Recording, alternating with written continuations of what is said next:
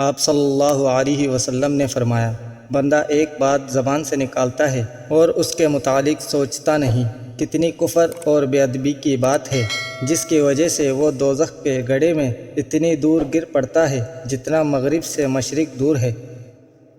نبی کریم صلی اللہ علیہ وسلم نے فرمایا، بندہ اللہ کی رضامندی کے لیے ایک بات زبان سے نکالتا ہے، اسے وہ کوئی اہمیت نہیں دیتا، مگر اسی کی وجہ سے اللہ اس کے درجے بلند کر دیتا ہے، اور ایک دوسرا بندہ ایک ایسا کلمہ زبان سے نکالتا ہے جو اللہ کی ناراضگی کا باعث ہوتا ہے، اسے وہ کوئی اہمیت نہیں دیتا، لیکن اس کی وجہ سے وہ جہنم میں چلا جاتا ہے۔